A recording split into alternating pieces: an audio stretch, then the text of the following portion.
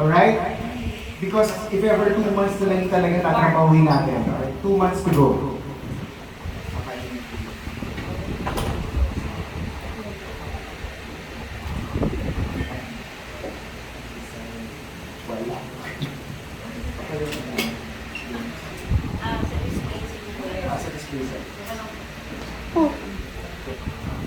Sa Wala display kami yan. mas clear, no? Nasa swimming.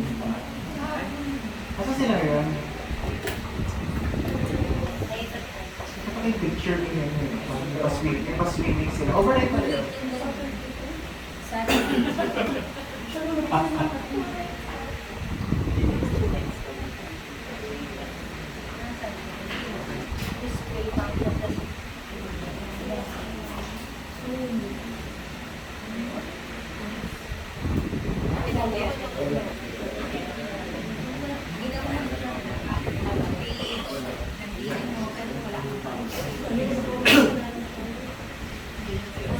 Alright, so just to compare ourselves versus last year, same period last year, in terms of manpower, mas onti tayo, no? Around negative 2%, 1,801 tayo last year, and 1,757 tayo April of this year.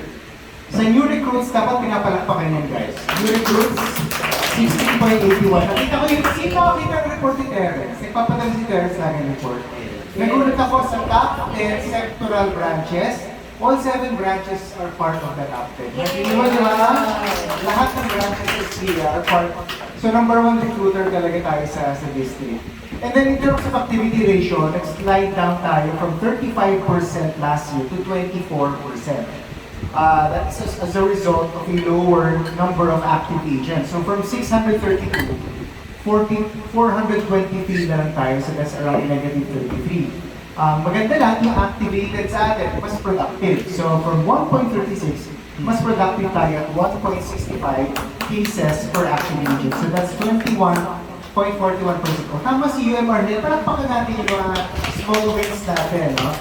And then of course, case count. Of course, mas mababa siya, 698 from 859, negative 18.74. Ito yung consistent tayo napansin ko at the start of the year, even before the year ended, beginning Q4 of last year, sobrang ganda ng case size natin. So ngayon, very strong siya at 46,565, may 10.78% growth tayo. So all in all, ang iibigin natin is 32.5 versus 36. So nag-dip lang tayo ng negative 9.98%. That is month to date. Now, sa year-to-date, nag-grow pa rin tayo. We are still positive 2%. Okay? Year-to-date yan, guys. So, meaning we are still better compared to last year. Alright. In terms naman of ranking, this is very important because this is how we monitor our PALC. Okay? So, for district level, yan, sinabi nga ni Patricia kanina, bumaba tayo, slide down tayo, pero mga 2 million lang naman ang difference natin. Pero kung titignan nyo dito, sobrang dikit na rin tayo kay Lazarus and Edwards. If you want to hit top 3, we have to beat the gap. Yung gap is 24.8 million. Guys, isang PMF lang yun. PMF lang yan, guys. PMF. Alright? Ay, hindi. Kasi ito lang yan. Yeah, 30% yung PMF. Pero tignan nyo, 4 months, halos 50 million per month ang average rates.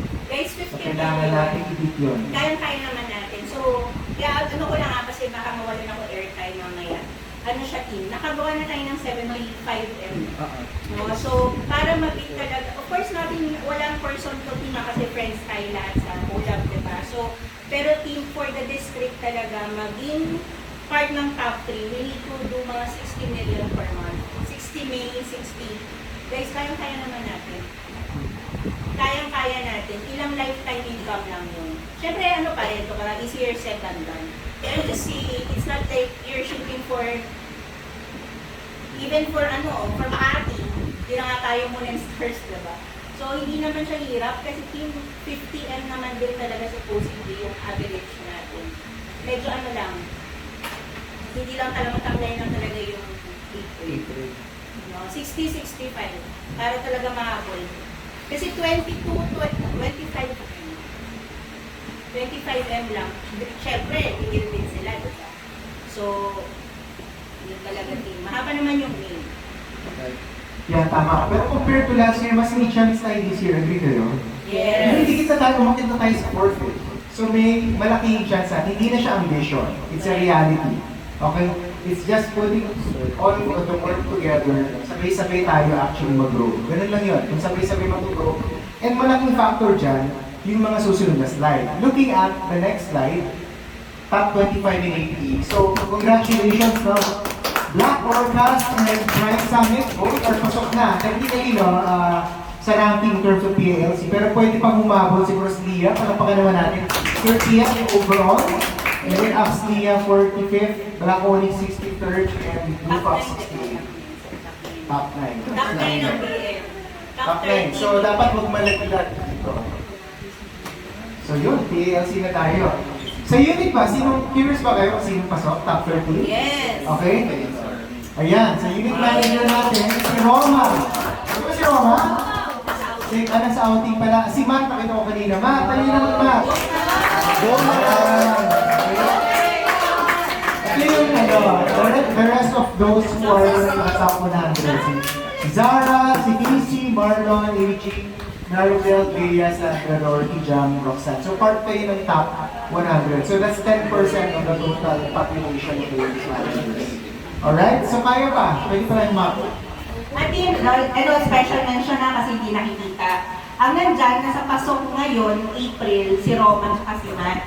Yung mga pwedeng umabol, syempre lahat pwedeng umabol, pero yung na-mention ng piso, Zara, Casey, Marlon, si Paul, si AG, si Mads. No, Bea, si Sandy, si Rio, Jam and Rox, no? Guys, di ba, pinakakasungkit ng top 1 agent, October, November. After hinirapan mo, no? January to October, nasungkit sa'yo ng November. Same sa PLC, guys. Papagalawin lang talaga. No, syempre, again, easier said than done. No, but of course, if you have the energy to push and to do it, diba? Malaking bagay yung team. Mapa-PALC nyo ang unit nyo, tsaka ang batch. Of course, yung district. No? So, malaking bagay yun. Walang imposible, guys. Diba? Kahit 10 lang kayo sa 10 agents lang kayo, nagbenta ng 20 million eh. Nag-lifetime income gabi eh. Diba? So, hindi tapos. Okay. Alright, thank you. And then quickly lang, meron kasi tayong 4 na ni-launch na incentives. So, papadaanan ko lang para lang refresh tayo lahat. Beginning with recruitment experience. Ito lagi, guys, pamigay na to. Mga coded, tatlo, active, walang pay size, ONUL lang. Okay? Second seat, tatlo, additional coded, at 2 active. So all in all, for 2 seats, kailangan nyo ng 1 coded and 5 active for the next 4 months. Guys, ang galing nito, sobrang galing. Kaya tayo yung posisyon niya sa inyo. Of course, ito yung qualification sa UL setup natin. Alright? So, BLC na. Wala pong minimum pay size yung sa... ONUL. Basta ONUL. ONUL. Hindi, ONU. Ano yan? ANP yan. Ang pinakamura yata yun. True Health Prime? Tama? True Health Prime? Hindi, lifetime, hindi. Pro Life Your Turn. Your turn. Bala sa ng PLYT sa decision. Ayun, alright? So, clear naman yan, ha? Ito, Producers Power Up. Ito parang ano lang to, rehash lang ito. Itong sa left, rehash lang to ng cash. Alam niyo yung dash for cash. Pero gusto ko mag-focus kayo sa FYP. Kasi ito na yung alternate, either case count reward or FYP reward. Malaki yan guys, 10% of So, issue. monthly lang din. Monthly. Kung push per annual. Alright? Para makuha niyo yung malaki. May 1 to 15 lang ito ha. So ito yung iluna natin. May 1 to 15 lang.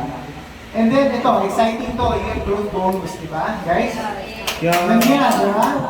So, nag-ready lang ako ng table kasi medyo magulo sa memo. Ito yung table na ni-ready natin. Depende sa UFSK nyo, yung difference ng growth kaysa sa target nyo, doon mag-earn siya ng incremental bonus. Alright? So for example, ICA, 1.2, yung difference ng 1.6 and 1.2, may 37,000 ka. Pero minimum lang itong example ko. Meaning pwede pang mas mataas yung incremental growth ninyo. Alright? Question? Pwede extend sa direct unit ng mga Yes. nakakaya naman. Direct unit. Sa ngayon kasi, sige, ano natin? I-check natin para sa ngayon, ito yung i-release lang sa atin, which will cover the whole month of May. Alright? Pero noted on that month. Okay? And last but not the least, ito guys, pinaka-excited ako dito. 90-day rookie challenge. Okay? Bakit?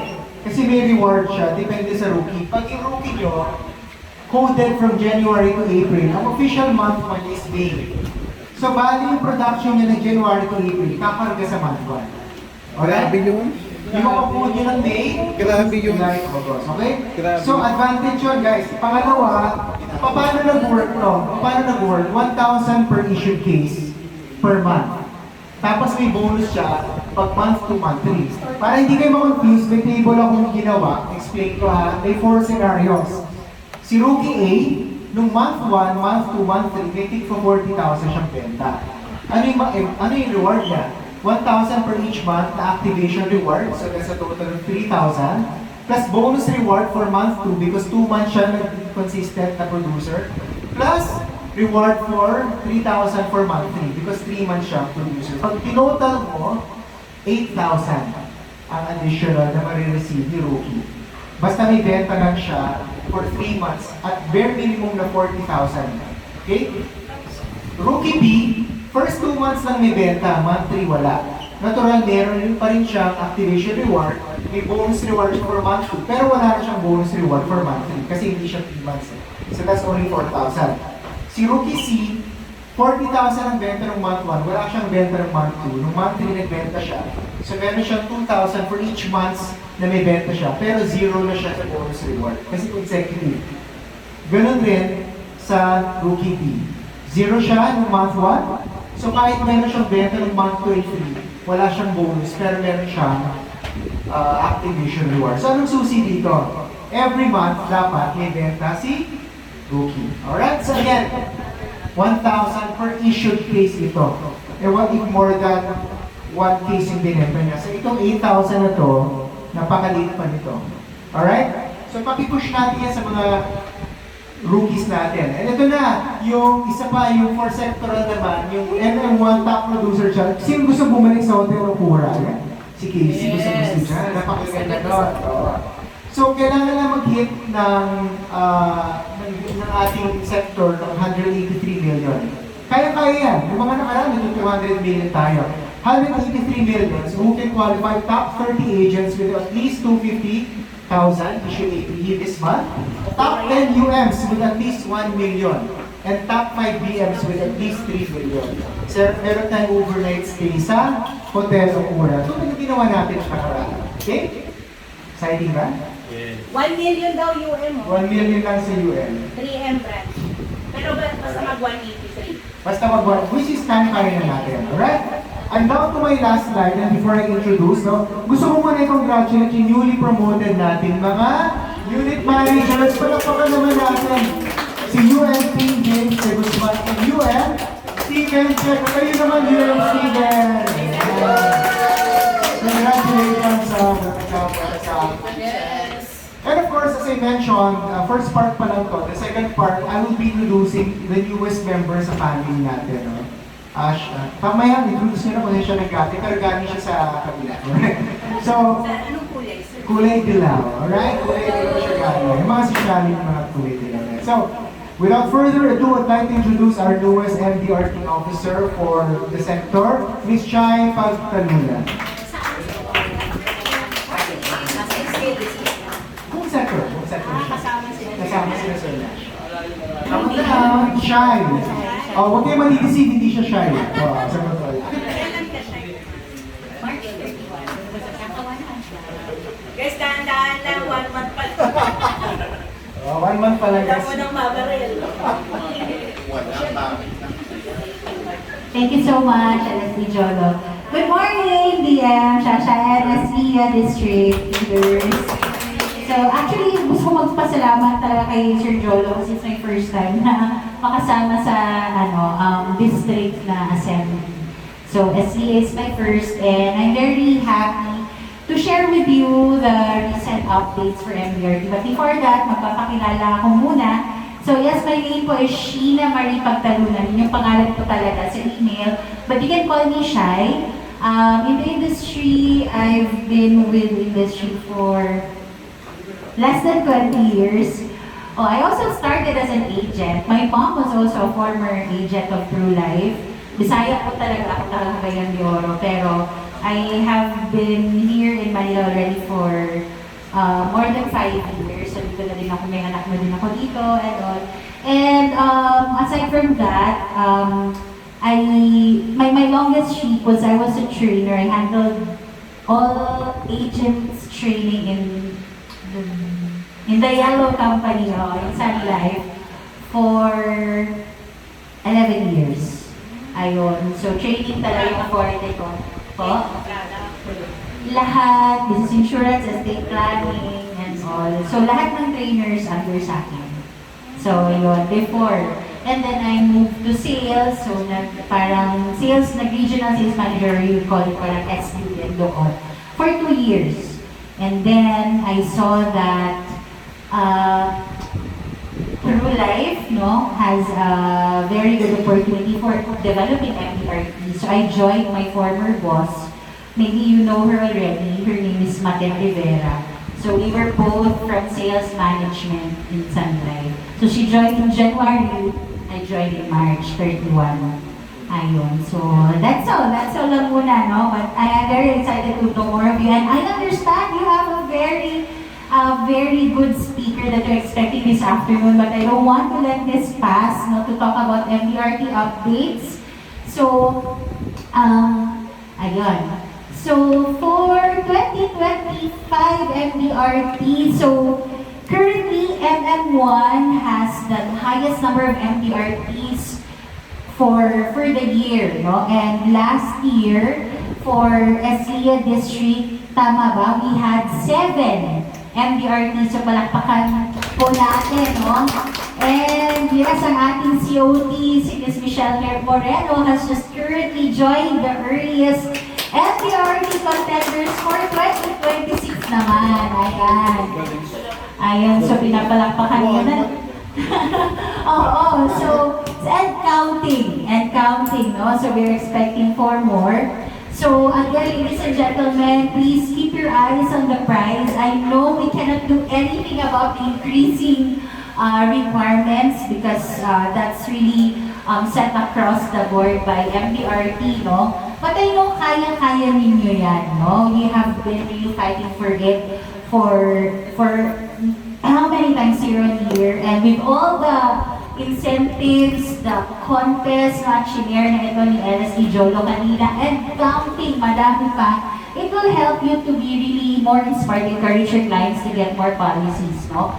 So, the annual meeting is on its way.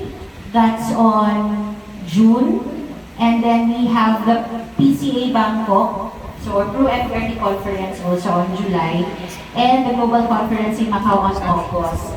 So, for next year, kasi 2026 yung pag-uusapan natin, tapos na yung mga 2025. So, iba ang destinasyon natin. Our annual meeting, if you will qualify for MDRT 2026 next year, will be in California, USA, in Anaheim. And we have the Global Conference in Sydney, Australia naman, by August din next year. And sa mga TOT, sino ba magti-TOT?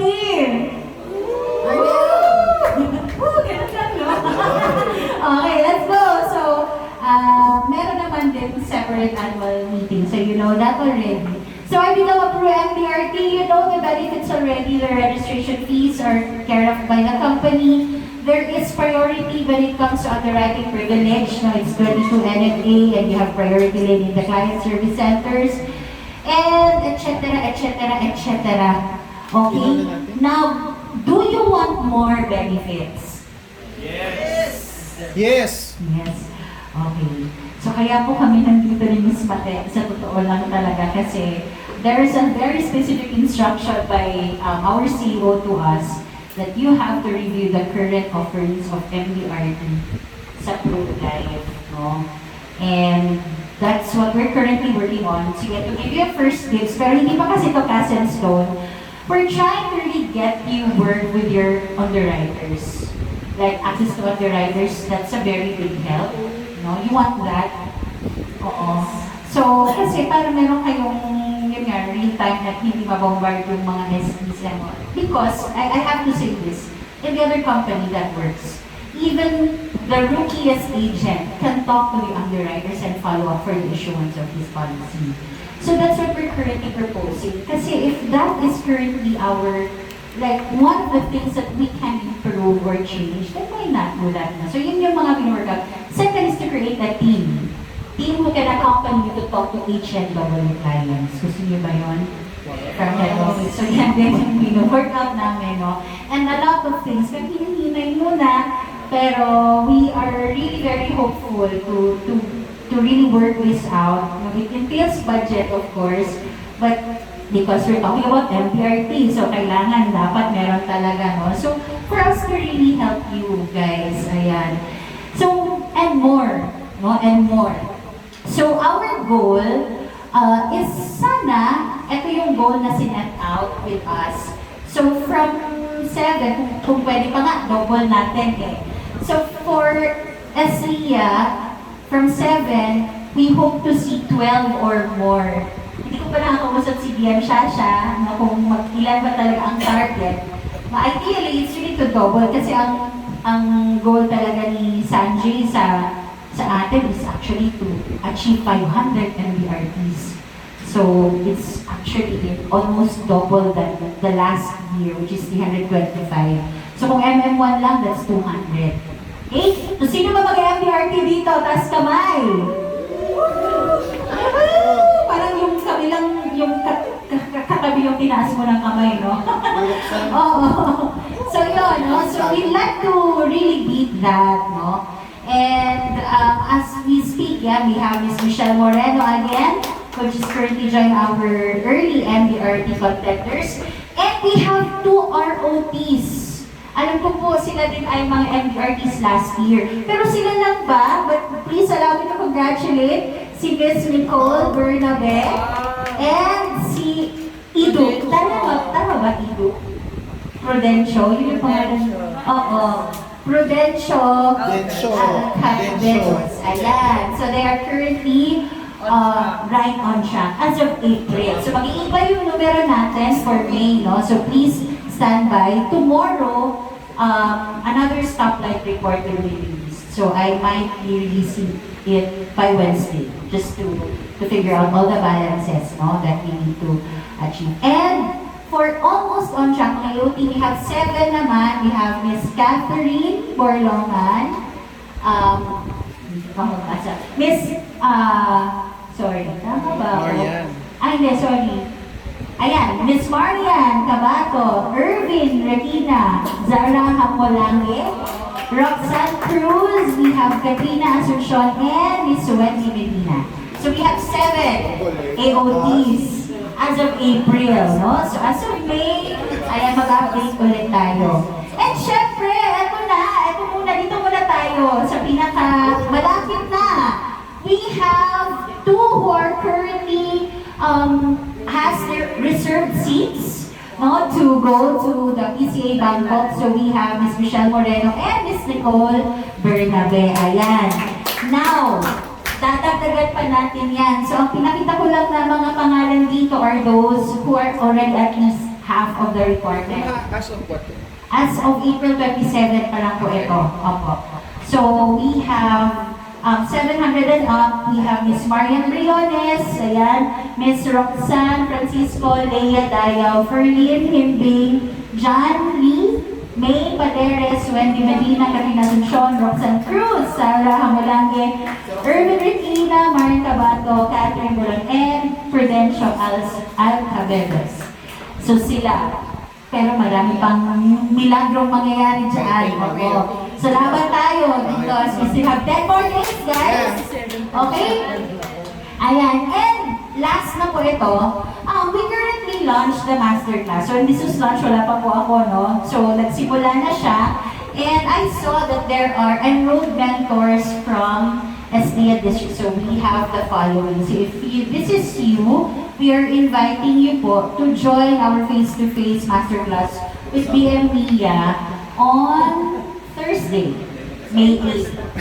Mentors lang po. Opo. Ay, ma'am, nasa ano ka? Nasa, ano no, AC Summit. Okay, oo. So, we will try to secure, though there is a virtual naman po na session, hybrid naman siya. So, we will, sir, sa ating Blue Academy. For the mentees, I think they can join. Tama po ba? Kasi wala naman, lahat ba nasa AC Summit? Para nasa isa. Okay. So these are non-MDRTs who we would like to be MDRTs. So as we speak, kapag nag-MDRT ngayong quarter 2 ang mentor and mentee, tapos yung 200K Q1 yun. 100K, meron pang 100K for Q2, early MDRT. So that's the booster. So I hope you will avail and please talk to your mentees. Okay? So I think that's it. I'd like to review the code. Real leadership is about transforming limitations into possibilities. So let's all be empowered to be MDRT. Let's see. Thank you very much.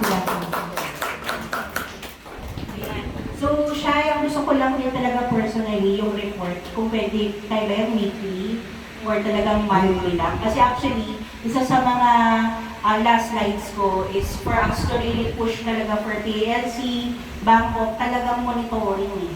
Kasi iba talaga kung nakikita yung report. No? So, ganun lang naman function. Yun lang ang report sa'yo, no? Hindi ba protection na hindi na yun sa'yo, no? Hindi na. Oo. MDRT, PCA. Tapos if you can text them, no, na parang, ganyan, text mo sila mga quotes or something. Yung mga contract, that's for sure, natatext ko sila. So I still have to go down at sa devotees. Sige, siguro with the BMs, let's just talk kung ano yung plano mo talaga Yes. na grassroots. Hindi lang itong mga ganitong presentation. Kung magkano talaga yung gagawin sa kanila na para mag-uusok ba yung kwet ng... Oo. Yun lang. Thank you, Shai. War! Okay, so ngayon guys, ready na ba kayong kumuha ng mga cash prizes? Yan, ito na. So, din yung cash prize natin, ganito yung logistics niya.